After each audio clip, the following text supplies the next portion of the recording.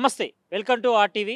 నిన్న phone tapping వ్యవహారంలో sit దాదాపు మాజీ మంత్రి బీఆర్ఎస్ ఎమ్మెల్యే హరీష్ రావుని దాదాపు 8 గంటల పాటు విచారణ చేసింది. మరి ఈ విచారణలో కూడా రాజకీయ కక్ష సాధింపు చర్యలో భాగంగానే కాంగ్రెస్ డ్రామాలాడుతుందంటూ కూడా నిన్న ఇటు బీఆర్ఎస్ ఎమ్మెల్యేలు, ఇటు హరీష్ రావుతో పాటు కేటీఆర్ కూడా విమర్శలు చేశారు. మరి ఈ విషయంపై ఇటు బీఆర్ఎస్ నేతలు కూడా బగ్గుమంటున్నారు. మరి మరోవైపు ఇటు కాంగ్రెస్ నేతలు కూడా ఇటు మాటల యుద్ధం తారస్థాయి చేరింది. మరి ఇటు బీఆర్ఎస్, కాంగ్రెస్ నేతల మధ్య. మరి ఇదే విషయంపై మనతో మాట్లాడేందుకు TPCC media committee chairman Samaramareddy ఉన్నారు. వాళ్ళతో మాట్లాడదాం. నిన్న మీరు చూసారు, ఇటు హరీష్ రావుని దాదాపు సిట్టు సుదీర్ఘంగా కూడా విచారణ చేసింది. మరి ఇందులో రాజకీయ కక్ష సాధింపు చర్యలు తప్ప ఇందులో ఏం లేదు, అసలుకి ఇది కేసే కాదంటూ హరీష్ రావు అంటాడు. ఇప్పుడు రాజకీయ కక్ష సాధింపు చర్య కోసము 2 సంవత్సరాల ముంగటికి పోయి అప్పుడే మేము కేసు బుక్ చేసినామా? ఈయన ఈ రోజు విలోనికే కొంచెమని ఏమైనా మాట్లాడితే అర్థం పర్థం ఉండాలి కదా. రాజకీయాలలో ఉన్నప్పుడు సరే అలవాటు ఆయనకు అబద్ధాలు చెప్పడం. నిన్న విచారణకు పోయే దానికంటే ముందు కూడా మీడియా ముందుకు వచ్చి పచ్చి అబద్ధాలే చెప్పిండు. విచారణ అయిపోయిన తర్వాత వచ్చి మీడియా ముందుకు వచ్చి పచ్చి అబద్ధాలే చెప్పిండు. మీడియా ముందుకు వచ్చి పోయే కంటే ముంగట ఏమన్నాడు, అసలు ఇది ఆల్రెడీ సుప్రీంకోర్టులో కొట్టేసినటువంటి కేసు, ఇది కక్షపూరితమైనటువంటి కేసు అని అన్నాడు. అదే దాంట్లో మళ్ళీ ఇంకో మాట అన్నాడు, మున్సిపల్ ఎన్నికలు వచ్చినాయి కాబట్టి నన్ను ఎంగేజ్ చేయడానికి రేవంత్ రెడ్డి గారు ఇవన్నీ చేస్తూ ఉన్నారు అన్నాడు. అదా ఇదా? ఇంకొక స్పష్టత, అసలు సుప్రీంకోర్టు కొట్టేసినటువంటి కేసు ఇది కానే కాదు. హైకోర్టు క్వాష్ చేసినటువంటిది, దాన్ని సుప్రీంకోర్టు అప్పీల్ చేసినటువంటి చక్రధర్ గౌడ్ అని చెప్పి ఒక ఇండివిజువల్ పెట్టినటువంటి కేసు, అది వేరే కేసు. హరీష్ రావుకి వచ్చినటువంటి నోటీస్లో మీద ఎఫ్ఐఆర్ నంబర్ ఉంటుంది. అది కూడా ఆయనకు తెలుసు. అన్నీ తెలిసినాక కూడా ఏంటంటే తెలంగాణ ప్రజలు ఎడ్డి గొర్రె లెక్క వాళ్ళకి కనిపించి ఆ కుటుంబం ఏం చెప్పినా నమ్ముతారు, గొర్రె లెక్క తలకాయలు ఊపుతారు అని చెప్పి పాపం భావించి మాట్లాడుతున్నట్టు. కానీ చైతన్యం చేయడానికి ఇక్కడ ప్రజాప్రభుత్వంలో ముఖ్యమంత్రి రేవంత్ రెడ్డి గారు, ఆయన సైన్యం ఎప్పుడు సిద్ధంగానే ఉంటుంది. నిన్ను పిలిచింది ఒక అధికారి పెట్టినటువంటిది 2024 మార్చి 10 రోజు పెట్టినటువంటి కేసుది. అదే రోజు ప్రభాకర్ రావు అనేటటువంటి వ్యక్తి దేశం వదిలిపెట్టి పారిపోయిండు. ఆ పారిపోయినటువంటి వ్యక్తిని కూడా దేశంకి మళ్ళీ తిరిగి తీసుకొని రావాలంటే అది కేంద్ర ప్రభుత్వం పరిధిలోది. ఇన్ని రోజులు మనం కష్టపడి కొట్లాడుకుంటూ ఆయనను తీసుకొని వచ్చినాం. విచారణ జరిగింది. ఆయన తర్వాత A6 శ్రవణ్ రావు అనంటే ఇంకొక మీడియా సంస్థ యజమాని. ఆయన ఒక స్థానంలో అసలు సెటప్లు మొత్తం పెట్టి ఫోన్ ట్యాపింగ్లో ఎందుకు చేయించారు, ఆ సెటప్లు పెట్టడానికి ఎవరికి పరిచయం చేయించారు, ప్రభాకర్ రావుకి శ్రవణ్ రావుకి పరిచయం ఎట్లా ఏర్పడ్డది అని అంటే వచ్చినటువంటి బంగారం పేరు హరీష్ రావు. అసలు హరీష్ రావుని విచారణకు ఎందుకు పిలుస్తారంటే పోలీసు వాళ్ళకి కలబడ్డది, కుట్రపూరితంగా ఏదైనా చేయొచ్చు అని చెప్పి పిలవనికి ఒక కేసులు ఉండదండి. ఆల్రెడీ విచారణ చేసినటువంటి వ్యక్తులు, ఆ వ్యక్తులకి హరీష్ రావు పేరు ప్రస్తావనలకు తీసుకొని వచ్చినప్పుడు మాత్రమే హరీష్ రావుని పిలుస్తారు. నీదేం లేకపోతే నీ వాళ్ళే నీ పేరు ఎందుకు చెప్తారు? అసలు మొన్నటిదాకా అధికారంలో మీరు ఉన్నన్ని రోజులు నీకు కూడా తెలుసు నీ ఫోన్ కూడా ఫోన్ ట్యాప్ అవుతుందని. నువ్వేం చెప్పినావు అందరికీ, నేను కలవనీకి వస్తే ఫోన్లు ట్యాప్ అవుతున్నా, నాతో కూడా మాట్లాడకుర్రి అని ఫోన్ నువ్వు ఏడాదిన్నర బంద్ పెట్టుకొని కూర్చున్నావు నువ్వు. సరే నిన్న పోలీసు వాళ్ళ కూడా అదే చెప్పుంటాడు, నన్ను ఎందుకు పిలిచారు సార్, నేను కూడా బాధితున్నాయి కవిత లెక్క, కేటీఆర్ని పిలువురి, అసలు వాళ్ళు వాళ్ళే, అన్ని సూత్రము చక్రము తిప్పినటువంటి వాళ్ళు, ప్రభాకర్ రావుకి ఎక్స్టెన్షన్ ఇచ్చినటువంటి వాళ్ళు అని చెప్పే ఉంటాడు. బయటికి వచ్చి చెప్పాడు. ఎందుకంటే అవన్నీ రేపు పొద్దునైనా వాళ్ళని పిలిచిర్రు అనుకో హరీష్ రావు మీద కావద్దు కాబట్టి. ఇదన్నీ ఏదో తప్పు అంటే పక్కదారి పట్టించేటటువంటి కథలు. అంటే దాదాపు 2 సంవత్సరాల నుంచి కూడా ఈ విచారణ కొనసాగుతుంది. ఇదే టైంలో ఎందుకు పిలిచారంటే, ఇప్పుడు ఇటు బొగ్గు గనుల్లో కూడా టెండర్ల విషయంలో భారీ గోల్మాల్ జరిగింది. మరి వాటిని ప్రశ్నించి ఎవిడెన్స్‌తో సహా నిరూపించినందుకే మమ్మల్ని ఈ రకంగా విచారణ పేరుతో వేధింపులకు పాల్పడుతున్నట్టు హరీష్ రావు అంటాడు.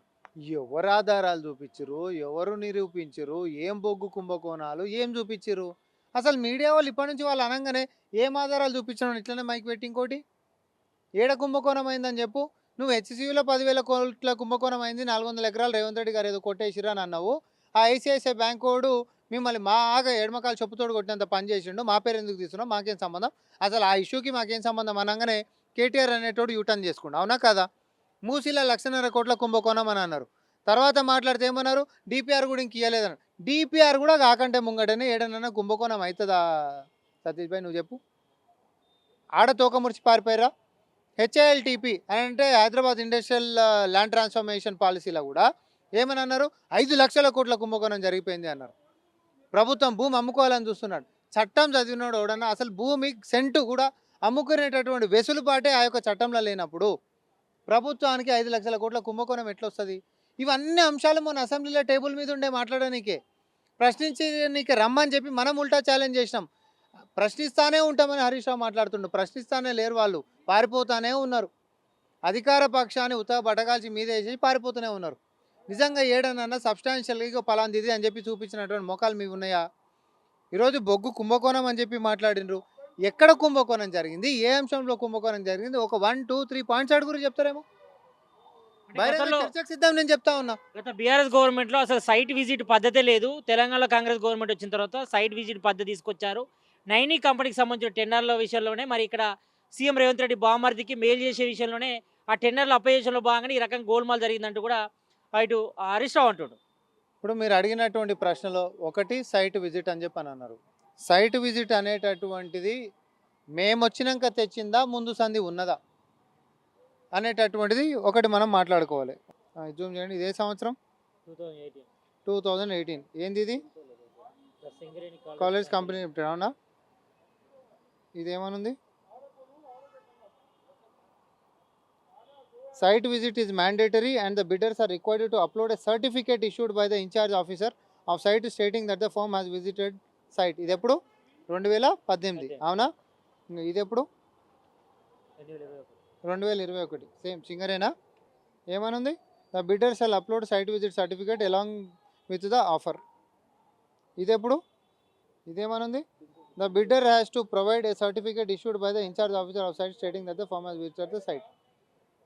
2018, 2021, 2023 ఎవరుండండి అధికారంలో? సైట్ విజిట్ ఉందా? కొంచెమన్నా సిగ్గుందా? నిస్సిగ్గుగా సిగ్గు మొత్తం వదిలిపెట్టేసేసి అసలు పచ్చి అబద్ధాలు, జనాలు మొత్తం గొర్రెలు, మేమేం చెప్పినా నమ్ముతారు, తలకాయలు ఊపేసేస్తారు అనుకొని మదమెక్కి మాట్లాడుతున్నటువంటి బీఆర్ఎస్ వాళ్ళకి అమరవీరుల సూపం కాడికి రవి మాట్లాడుకున్నాం. నైనీ కంపెనీకి సంబంధించి టెండర్లు ఎందుకు రద్దు చేసింది మీ గవర్నమెంట్? మన డిప్యూటీ సీఎం మల్లు బట్టి విక్రమార్క కూడా ప్రెస్ మీట్ పెట్టి మరి ఒక టీవీకి సంబంధించిన ఒక ఆర్టికల్లో వచ్చింది కాబట్టి దానిపై వివరణ ఇచ్చారు. నైనీ కంపెనీస్ టెండర్లు ఎందుకు రద్దు చేశారు మీ గవర్నమెంట్? ఈ 2 సంవత్సరాలలో ప్రతిపక్షం ఎప్పుడు గాలి మాటలు మాట్లాడుతుంది, నిరాధారంగా వ్యవహరిస్తుంది, నిరాధారంగా మాట్లాడుతూ ఉంది. ఏ పత్రాలలో ఏ కంటెంట్లు లేకపోయినా కూడా ఆరోపణలకే పరిమితం అయిపోయింది. తిరిగి ప్రశ్నిస్తే పారిపోతుంది అనేది ఉండే, అవునా? కానీ ఈ మధ్యకాలంలో ఒక మీడియా కథనము, ఒక మంత్రి గారి గురించి, ఒక ఉన్నతాధికారి గురించి ఒకటి వచ్చినప్పుడు దానికి గల కారణం ఇంకొక మీడియా హౌజు దాన్ని ఈ బొగ్గుకి సంబంధించినటువంటి టెండర్ల ప్రక్రియతోటి ఇది వచ్చింది అని ప్రజల్లో ఒక అనుమానాన్ని రేకెత్తించేటట్టుగా ఒక ప్రస్తావన వచ్చినప్పుడు మీడియా కథనంలో వచ్చినటువంటి అంశాన్ని కూడా మేము చిత్తశుద్ధితో తీసుకొని టెండర్లను క్యాన్సిల్ చేసాం. ఇంకా పారదర్శకంగా అయితే చేద్దామని. ఎందుకంటే గతంలో ఎప్పుడు అట్లాంటి ఆరోపణ మా మీద రాలే.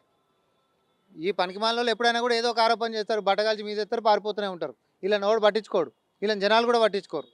కానీ ఒక మీడియా కథనంగా కూడా దాంట్లో ఇది జరిగింది కాబట్టి ఇంత పెద్ద జరుగుతూ ఉంది అనేటటువంటి అయినప్పుడు పారదర్శకతకి పర్యాపదంగా ఉంటున్నటువంటి మా ప్రభుత్వము ఈరోజు ఆ యొక్క టెండర్లను క్యాన్సిల్ చేసాం. మళ్ళీ కూడా మొదటికేం చేస్తామని చెప్పి భయపడనోడు ఉంటే గట్లుంటాడు. దొంగతనం చేసినటువంటి వాళ్ళం కాదు కదా మనం, మనకేం భయం అండి? చర్చకు రమ్మని అంటున్నాం, అమరవీరుల స్థూపం కాడికి రమ్మని అంటున్నాం. నేను కాగితాలు చూపించి మాట్లాడినా, వాళ్ళ యొక్క గాలి ఊపుకుంటా మాట్లాడలే, కాగితాలు చూపించి మాట్లాడినా. నెక్స్ట్ టైం ఇదే అడుగురు. మీరు ఫీల్డ్ విజిట్ మేము వచ్చినాక చేసామని అంటారు, వాళ్ళు కాగితాలు చూపిస్తారు, దీని జవాబు ఏందో అని అడుగురు. ముఖం పట్టుకొని ముఖం ఏడ పెట్టుకుంటారు. మైనస్ టెండర్ల విషయంలో మైనస్ టెండర్లు ఉన్నాయని ప్లస్ చేసి ఇటు వాటాల కమిషన్కి సంబంధించి కమిషన్లు ఎక్కువ రూపంలో తీసుకుంటుంది గవర్నమెంట్ అంటూ హరీష్ రావు పత్రాలతో సహా నిరూపించింది. ఆ పత్రాలల్లో పాజిటివ్ ఉంది అని అంటారు కదా, ఆపాదించి మరి బొమ్మడికి పాజిటివ్లో ఇచ్చిండు 3.4% అని అన్నారు కదా. వాళ్ళ హయాంలోనే అదే బొమ్మడికి 4.4+లో కూడా వచ్చినాయి. మరి దాన్ని ఏమంటావు? నేను ఓన్లీ బొమ్మడిది అని మీరు ఆపాదించి మాట్లాడినందుకు ఆ బామ్మడిది వ్యవహారం మాత్రమే చెప్తున్నా. కానీ బీఆర్ఎస్ పార్టీ హయాంలో అవే టెండర్లు 36% పైన ప్లస్లో ఉండే. ఇప్పుడు ఇక్కడ చర్చ అంతా 3% ప్లస్ ఉందనేది ఇంత పెద్ద గగ్గోలు చేస్తూ ఉన్నారు. సుమారు 20 టెండర్ల దాకా, ఎన్ని 1 కాదు 2 కాదు 3 కాదు 4 కాదు, సుమారు 20 టెండర్ల దాకా నువ్వు ఈరోజు 3 కాదు 36-37% ప్లస్లో ఇచ్చుకుంటూ పోయినావు. అదే ఫీల్డ్ విజిట్ దాంతో పెట్టుకొని పోయినావు అంటే మీరెంత అన్నారు? నేను ఒకటి మాట్లాడుకుందాం మనం. ఇక ముఖ్యమంత్రి గారు రాగానే హరీష్ రావు గారు దీని మీద సమగ్రంగా విచారణ చేయండి, 2014 నుంచి ఇప్పటిదాకా మేము అసలు ఎప్పుడు కూడా ఏం చేయలేదు, ఇప్పుడు వచ్చినాక మాకు అవకతవకలు కనిపించినాయి అని చెప్పి ఒక రిప్రజెంటేషన్ ఇవ్వనండి, విచారణ జరిపిద్దాం దాని మీద కూడా. చెలో సిద్ధం. సిబిఐ విచారణకు మీరు సిద్ధంగా ఉన్నారా? ఇటు బొగ్గులు గనుల్లో కూడా ప్రత్యేకంగా టెండర్ల విషయంలో గోల్మాల్ జరిగిందని మరి ఇప్పటికీ ఇటు హరీష్ రావు, కేటీఆర్ కూడా మరి కేంద్ర మంత్రి కిషన్ రెడ్డి కూడా ఒక లెటర్ కూడా రాశారు. సిబిఐతో విచారణ చేయించాలి, ఇందులో విచారణ చేస్తేనే నిగ్గు తెలుస్తుంది. మరి ఈరోజు బీఆర్ఎస్ నేతలు కూడా పెద్ద ఎత్తున నిరసన కూడా చేస్తున్నారు. అందులో పెద్ద ఎత్తున స్కామ్ జరిగింది, విచారణ చేయాలని కూడా. మీరు విచారణ ఎదుర్కోవడానికి సిద్ధంగా ఉన్నారా? మీరే చిత్తశుద్ధి నిరూపించేందుకు ఏమైనా విచారణకు వేస్తారా? ఇప్పుడు గిన్ని కాగితాలు చూపించినాక ఎవడన్నా తట్టినోడు ఎవడన్నా అసలు ఇంట్లో ఉంది అనేటటువంటి అంశం చెప్తాడా? ఉందా? దీంట్లో ఏమైనా ఉందా అంటున్నా. అయినా పర్వాలేదు, ఆరోపించిండు కదా. నిన్న కేటీఆర్ ఈ మాట కూడా అన్నాడు. కిషన్ రెడ్డి కూడా దీంట్లో మూటలు ముళ్ళలు బాగా సదిరేసిండు, అందుకనే సపోర్ట్ చేస్తలేడు అన్నారు కదా. కేటీఆర్, హరీష్ రావు, కేసీఆర్ మీకు దమ్ము ధైర్యం ఉంటే పోయి ఢిల్లీలో నరేంద్ర మోడీ కాడ కొట్లాడు, రోడ్డుకి ఓపెన్ ఛాలెంజ్. పోయి ఢిల్లీలో నరేంద్ర మోడీ గారి మీద కొట్లాడి దీని మీద విచారణ అయిపోయింది. మేము సిద్ధంగానే ఉన్నాం, ఏపీయండి. 2014 నుంచి ఇప్పటిదాకా విచారణ. ప్రధానమంత్రి దాకేందుకు, ముఖ్యమంత్రి గారు వచ్చిన తర్వాత విచారణకు ఆదేశించమని రాదు. మేము విచారణ చేపిస్తామని అంటున్నాం కదా, రమ్మన్. ఇటు సీఎం రేవంత్ రెడ్డి, ఇటు హరీష్ రావు కూడా ఇద్దరు కూడా డ్రామాలు ఆడుతున్నట్టు జాగృతి కవిత కొద్దిసేపటి క్రితమే స్టేట్మెంట్ ఇచ్చింది. ఇదంతా కూడా డ్రామాలు ఆడుతారు, మున్సిపల్ ఎన్నికలు రాబోతున్నాయి కాబట్టి బీసీలకు 40% రిజర్వేషన్ అంశాన్ని పక్కదారి పట్టించేందుకు ఈ రకంగా డైవర్ట్ పాలిటిక్స్ చేస్తారంటూ కూడా జాగృతి కవిత ఆరోపిస్తుంది. ఇప్పుడు ఆమె సంస్థలో జాగృతి ఉంది తప్ప ఆమె జాగృతి చెందాల్సినటువంటి అవసరం ఉంది రాజకీయంగా. ఆ జాగృతి చెందలేదు కాబట్టి పక్క ఆడికించి ఆ బీహార్ని, ఆ ప్రశాంత్ కిషోర్ అనేటువంటి తీసుకొచ్చి పాపం ఏదో పాలు కదిపేటటువంటి ప్రయత్నాలు చేస్తూ ఉంది. దాని వెనకాల అమిత్ షా ఉండా, ఇప్పుడు కొత్తగా ప్రశాంత్ కిషోర్ అనేటువంటి ఎవరు పంపిరు అనేటట్టు తల్ల మళ్ళీ ఒకసారి నేను చెప్తా. దాని మీద మా హోంవర్క్ మేము చేస్తున్నాము. ఎవరు పంపితే వాడు వచ్చిండు, వీళ్ళంతా వీళ్ళు పోయారా, లేదు వాడు వచ్చి ఫ్రీగా చేస్తాం అనేటటువంటి దాకా దేనికోసం వచ్చింది, ఇవన్నీ మళ్ళీ మనం మాట్లాడుకుందాం. సో సొంతంగా ఒక పార్టీ ఫ్లోట్ చేసి నడిపించే సామర్థ్యం ఉంటుందేమో ఈ మహిళకి అని నేను అనుకున్నా, నా వ్యక్తిగతంగా నేను అనుకున్నాను. కానీ వాడిని తీసుకొని వచ్చి ఆ ప్రీపెయిడ్ కార్డుని పట్టుకొని వచ్చి ఆడు ఎంత రీఛార్జ్ చేస్తే అంతనే టాక్ టైం ఇస్తాడు. అసలు ఫ్రీగా చేస్తా అని అన్నాడు అనేటటువంటి అన్నప్పుడు దీని వెనకాల ఉండి నడిపిస్తున్నాడు వాడు అమిత్ షా.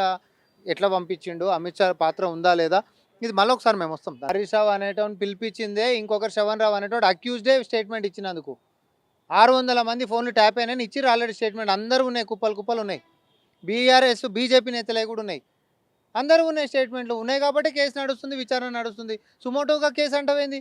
కేసు మొదలై 2 ఏళ్ళైంది, విచారణ సాగుతుంది, ఇప్పుడు కేసు పెట్టడం ఏంది? అంటే 2 సంవత్సరాలు కూడా సాగుతుంది. ఇటు ఫోన్ ట్యాపింగ్ కానీ, తర్వాత ఇటు కార్ ఈ రేస్ కేసులో కూడా కేటీఆర్ కూడా ఇటు విచారణ కూడా చేశారు. అయినా కూడా ఎందుకు అంటే కాలయాపన జరుగుతుంది తప్ప ఎక్కడ కూడా అరెస్టులు కూడా జరగట్లేదు. ఇదంతా కూడా పసలేని కేసులని కూడా ఇటు బీఆర్ఎస్ నేతలు అంటున్నారు. ఇప్పుడు ఒక కేసు 2 ఏళ్ళు అవుతుంది అని నువ్వు అన్నప్పుడు నేను ఇందాకనే చెప్పినా, ఒకసారి స్టార్టింగ్ దాంట్లోకి పోతే వస్తుంది. అవతలోడు తప్పించుకొని దేశం వదిలిపెట్టి పారిపోయినప్పుడు అని పట్టుకురావాలి కదా. పక్క రాష్ట్రం పోయిండు అనుకో, 2 రాష్ట్రాల ప్రభుత్వాలు పోలీసు వాళ్ళు మాట్లాడుకొని తెస్తారు. అదే వేరే దేశం పారిపోయిండు అనుకో, ప్రభాకర్ పారిపోయిండా లేదా? ప్రభాకర్ పారిపోయిండు అంటే వేరే దేశం కించి తేవాలంటే అది కేంద్రం పరిధిలో ఉంటుంది. మనం పోయి యుతానే ఇట్లా గలబట్టుకొని గాలి మోటార్ ఎక్కించుకొని వచ్చేటట్టు ఉండదు. సో కేంద్రం పరిధిలో ఉండదు. రెడ్ కార్నర్ నోటీస్ ఇవ్వాలి, ఇంటర్పోల్ ఉంటుంది, తర్వాత వాళ్ళ పాస్పోర్ట్ని ఇంపౌండ్ చేయాలా, తర్వాత ప్రొక్లమేషన్ చేయాలా, పద్ధతి ఉంది దానికోటి. అలాని తీసుకొని రావాలంటే, తీసుకొని వచ్చినాక కూడా సహకరించకపోతే సహకరించేటట్టు మళ్ళీ కోట్ల కొట్లాడి అలాని విచారణకు పట్టుకొని రావాలంటే సమయం పట్టేదే కదా. ఇప్పుడు నువ్వు పోయి కేసు పెడతావు, ఆల్రెడీ పెట్టేసావు కదా, నేను కేసు ఏమైంది మనకి ఇంకా జైలుకు పంపలేదు, కేసు శిక్షించలేదు అని అంటవా? దొంగతనం కేసు జరిగినా, కేసు జరిగినా, లేకపోతే ఇంకో కేసు చేసినా మన చట్టాలల్లా మన విచారణ చేసేటటువంటి పద్ధతులల్లా 1 రోజుల్లో 3 రోజులలో అయ్యే వ్యవస్థ లేదు కదా. ఆ బయట దేశంలోకి పోయినవని ఇమీడియట్గా పోయి గల్లబట్టుకొని పట్టుకొచ్చేది ఉందనుకో, అయిపోయిన ఆధారాలు నాకు దొరికాయని చెప్పి లోపల పడేసినాం అనుకో, ఆ సిస్టమ్ ఉంటే అది వేరే సంగతి. ఆ సిస్టమ్ లేదు కదా. పారదర్శకంగా విచారణ జరగాలి అనేటటువంటిది మా యొక్క ప్రభుత్వం యొక్క ఉద్దేశం. పారదర్శకంగా జరగాలంటే పద్ధతి ప్రకారం జరగాలి, అవునా? పద్ధతి తప్పి జరుగుతుందా? ఇప్పుడు కేసీఆర్ అనేటోడు ఎవడో ఎగిరేస్తే డ్రోన్ రేవంత్ అన్నని తీసుకొని సీఎం గారిని తీసుకొని పోయి వేసినుండే, అట్లా తప్పుడు కేసులు ఇటు ఏమైనా పెట్టినామా మనం? ఎప్పుడో 2 ఏళ్ల ముందు జరుగుతున్నటువంటి కేసు ఈరోజు హరీష్ రావుని విచారణకు పిలిచారు. ఆ విచారణ రేపొద్దున కేటీఆర్ పేర్లు కూడా రాబోతున్నాయని వింటున్నాం. వాళ్ళు కూడా విచారణ ఎదుర్కోవాల్సిందే, తప్పదు. చేసిన పాపం అసొంటిది. మంది బాత్రూమ్లలో తొంగి చూస్తామనంటే ఊర్లలో ఊకుంటారా? నువ్వు నాకు చెప్పు. మంది బాత్రూమ్లలో, మంది బెడ్రూమ్లలో, మంది సంసారాలలో మేము గోప్యంగా చూస్తామనంటే ఊకుంటారా? బట్టలు కూడా తీసి తంతరు. అదే పరిస్థితి బీఆర్ఎస్కి వచ్చింది. ప్రజాస్వామ్యబద్ధంగా ఓట్లు లేకుండా తంతురు. నిన్న సిట్టు విచారణలో కూడా ఇటు హైదరాబాద్ సిపి సజ్జనర్ కూడా సవాల్ విసిరిండు హరీష్ రావు. మరి ఇందులో అసలుకి విచారణలో ఏం లేదు, అటు ఇటు తిప్పిరు తప్ప, అసలు విచారణ పేరుతో ఇట్లా చేస్తారు తప్ప వీడియోలు కూడా బయట పెట్టాలంటూ కూడా హరీష్ రావు ఈరోజు అన్నాడు. సజ్జనార్ గారి ప్రెస్ నోట్ చూసిర్రా? ఏం కారణాలు చెప్పొచ్చండి హరీష్ రావు బయటికి? పిల్లగానికి ఏదో పని ఉంది లేకపోతే ఇంకోటి ఏదో ఉందనే సాకులు చెప్పొచ్చిండు. అవునా? ఇక అందుకనే మనం ఏం మాట్లాడాల్సిన అవసరం లేదు. ఆయననే స్టేట్మెంట్ ఇచ్చిండు లోపల ఏం జరిగింది, మళ్ళీ కూడా రావాల్సి వస్తుంది అని చెప్పాను అన్నాము. వస్తాం సార్ తప్పకుండా అని చెప్పాను అన్నాడు. కాబట్టే మేము వదిలిపెట్టినామని చెప్పిండు. ప్రెస్ నోట్ ఇచ్చిండు అధికారికంగా. నువ్వు నేను ఎంతసేపు మాట్లాడుకుంటే ఏముంటుంది చెప్పు? హరీష్ రావుకి తాడా బొంగరమా? బయటికి వచ్చి ఎవడన్నా అవును నన్ను విచారించిర్రు, నన్ను వెనకాలకెంచో దెబ్బేసిండు, నన్ను ముందు మీదకెంచో దెబ్బేసిర్రు అని చెప్తాడు ఎవడన్నా? విచారించిర్రు, విచారిస్తారు అంతే తప్ప ఎవరినెవరు కీడు తలపెట్టారు. అక్కడ విచారణ కోసమే పిలిచిర్రు, విచారిస్తారు. కానీ మేకపోతు గాంభీర్యం లెక్క నేనే ఉల్టా వేసుకున్నా పోలీసు వాళ్ళని అంటే జరా ఆ డైలాగులు వద్దు. రేపో మాపో మున్సిపల్ ఎన్నికలకు సంబంధించి నోటిఫికేషన్ కూడా రాబోతుంది. మరి బీసీలకు 40% రిజర్వేషన్ విషయంలో మరి ఏం చెప్పబోతున్నారు మీరు? బీసీలకు 40% రిజర్వేషన్ ఇచ్చిన తర్వాతనే మున్సిపల్ ఎన్నికవుతారని గతంలో అన్నారు. సీఎం రేవంత్ రెడ్డి అన్నారు, టీపీసీసీ చీఫ్ మహేష్ కుమార్ గౌడ్ కూడా అన్నారు. మరి ఏం చేయబోతున్నారు? మరి బీసీలకు ఇస్తారా రిజర్వేషన్? ప్రభుత్వం చేసుకుంటా పోతుంది. పార్టీ పరంగా మా రిజర్వేషన్లు ఇచ్చుకుంటా పోతూనే ఉన్నాం. మొన్న జరిగిన మా డీసీసీ అపాయింట్మెంట్స్ కూడా చూసుకో. నువ్వు ఏమైనా చూసుకో. ఈ మధ్యకాలం కాంగ్రెస్ పార్టీ నుంచి వచ్చినటువంటి ఏ అపాయింట్మెంట్స్ అయినా పార్టీ నుంచి మాకు ఆ చిత్తశుద్ధి ఉంది కాబట్టి మేము పాటిస్తూనే ఉన్నాం. అదే బీఆర్ఎస్ బీజేపీనో ఇది అడుగు వాళ్ళు పాటిస్తలేరు. మొత్తానికైతే ఇటు ఫోన్ ట్యాపింగ్ వ్యవహారంలో మరి హరీష్ రావు మేకపోతు గాంభీర్యాన్ని కూడా పరిశీలిస్తున్నాడు. మరి ఈ విషయంలో ఇంకా విచారణ ఎదుర్కోవాల్సి ఉంటుంది. మరి ఆ త్వరలోనే అందరి బండారం కూడా బయట పెడతాం. మరి ఫోన్ ట్యాపింగ్ వ్యవహారంలో ఎవరిని కూడా వాళ్ళందరినీ కూడా విచారణ చేస్తుంది సిట్టు. మరి అందులో ఎలాంటి డౌట్ లేదు. మరి త్వరలోనే అందరి అరెస్టులు కూడా ఉంటాయనే ఒక ఊహాగాలు కూడా వస్తున్నాయి. మరి ఈ విషయంలో మరి హరీష్ రావు అయితే మేకపోతు గాంభీర్యాన్ని కూడా ప్రదర్శిస్తున్నారు. మరి ఫోన్ ట్యాపింగ్ వ్యవహారంలో మరి అందరి బండారాన్ని కూడా త్వరలోనే బయట పెడతామని కూడా టీపీసీసీ మీడియా కమిటీ చైర్మన్ సామరహోమరెడ్డి చెప్తున్నారు. కెమెరామ్యాన్ అజయ్తో సతీష్ RTV గాంధీభవన్ నుంచి. Local to global news at your fingertips. మీ చేతిలో ఒక ఆయుధం. Download Raw TV app. Media legend Ravi Prakash is back.